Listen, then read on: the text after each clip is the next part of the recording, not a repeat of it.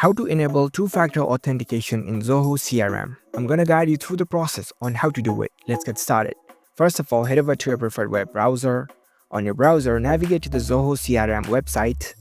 After you're in the website, make sure that you are logged in with your account. Once you are logged in, you will see this kind of web interface. Now, in order to enable the two-factor authentication, here in this home screen at the bottom left, you can see the settings icon. Tap on this. Now on the left hand side, you can see different setting menus. At the top, you can see the search bar. Tap on this. Now search for security and tap on the security policies option.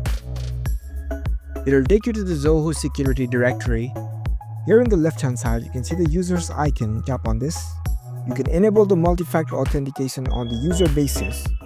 So head over to the user where you want to enable the multi-factor authentication. Tap on the user. The multi-factor authentication is already enabled in this user because I've already enabled the multi-factor authentication in Zoho Mail.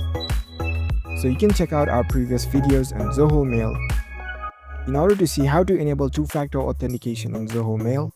Or else, you can come here and here you can see this reset MFA option. If you tap on this, the multi-factor authentication configuration will be reset. So simply tap on yes reset option. And there you go, the multi-factor authentication has been reset successfully. If you found this video helpful, don't forget to give this video a thumbs up and subscribe to our channel for more tech tips. Thank you for watching.